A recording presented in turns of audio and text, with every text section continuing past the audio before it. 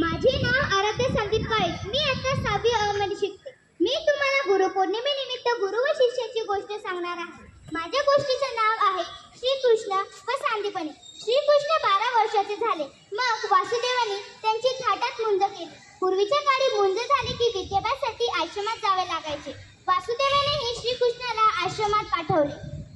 एका गावात सांदीपनी नावाचे ऋषी होते. ते अत्यंत विद्वान होते. त्यांचा एक आश्रम होता. त्यांच्या आश्रमात क्षत्रिय पुत्र, राजपुत्र विद्या शिकायला येत असे. श्रीकृष्णही त्यांच्या आश्रमात गेले. श्रीकृष्ण आपल्या आश्रमात आले म्हणून साऱ्या आश्रमेला व सांदीपनींना खूप आनंद झाला. श्रीकृष्ण सुंदर होते, तेवढेच नम्र होते आणि तेवढेच प्रेमळही होते.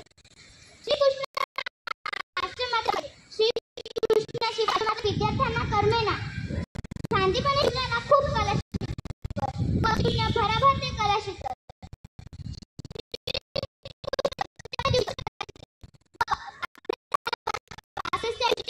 सांदीपनी म्हणाले, सांदीपनींना खूप वाईट वाटत होते, कारण श्रीकृष्ण आपला सोडून जाणार होते. सांदीपनींच्या डोळ्यात अश्रू आले. ते श्रीकृष्णाला म्हणाले, कसले गुरुदक्षिणे घेऊ? माझे काम की तू माझ्या आश्रमात आला.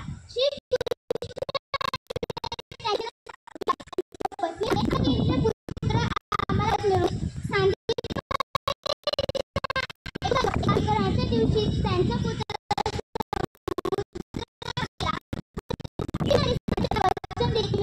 पुत्र परत मिळवून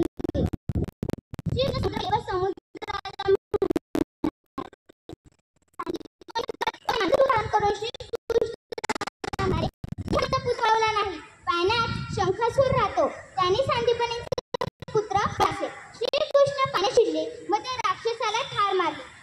त्याच्या शरीरातले सर्व काढले.